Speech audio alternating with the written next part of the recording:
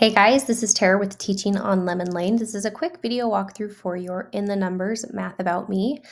First page that I wanted to point out is this one right here. If you would like the PDF version of these activities, this allows you to kind of assign them in easel and other things like that. Simply click on this button right here and it will give you access to the PDF versions, each one of them. Before you start, we've got some quick instructions. What you need to do if you're going to be using this digitally is that you will need to create a student version of the slides. Now, to do that, what you will do is you will go through and you will click on the slides that you would like the students or parents to see. So we single click. Command is on what it is on mine. If you hold down command, you can go through and click on the slides that you want students to see. So we'll say that I'm doing the digital version and I want them to use the simplified digital version. So I'm going to click on this one right here, which kind of shows the text.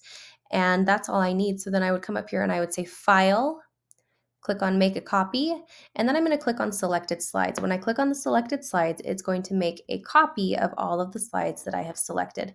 I'm going to change that title to say Student Copy of In the Numbers. And then that's the file that I will use to assign to my students that they can kind of digitally manipulate. Now, you've got two options. You can assign this as what I call a collaborative slide. If you assign it as a collaborative slide, that means that every student will need their own individual slide and every student will have access to every slide. If you choose to do a collaborative Google slide, I suggest that you use my contract. These are my rules for collaborative slides. Basically, students are agreeing to not edit or other students' slides or insert things that are not appropriate. So I have students initial here to say that they have agreed to my terms to using a collaborative slide. You can also simply just assign it in Google Classroom, and that will give everyone their own copy of that sheet. So let's go ahead and jump in and get started. First, you can see a completed example of one of the digital ones. What's fun about this is that students can experiment with creating a digital GIF. You can create this in Screencastify really simply, and I have a tutorial for that on the digital version, which I will show you here. So if you want to do the digital GIF version, here are my notes that can kind of walk you through how to do that. And it is actually probably more simple than what you think. So that is a fun option that you can do. Students can also insert just a webcam picture. They can upload a picture from their device. They could even create a digital avatar. My favorite digital avatar creator for the classroom is Pixton, and I have that linked right there, so you can click there. If students are going to use Pixton, you will need to create a teacher account before that. So in order to insert a picture, it's really simple. We simply just click on the placeholder.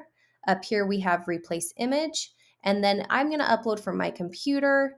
I'll search for one of my avatars, and I simply double click on the one that I want to use, and it automatically inserts it in there, and you'll notice that it's cropped and it's fit to those proportions. If students are using the digital version, make sure that you have them zoom in. It's going to make it easier to manipulate and easier to type. Some of the feedback that I got back from you guys is that it's almost too busy on some of these, or some students had trouble manipulating the digital version.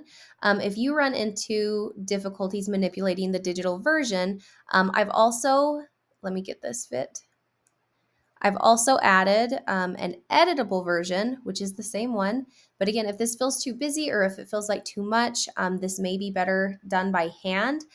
If you want them to do it digital though, and you want a simplified version, simply come up here to this page where we've got the simplified editable version, which again, anywhere that you see this text highlighted, you can go in and edit the text to your own classroom needs.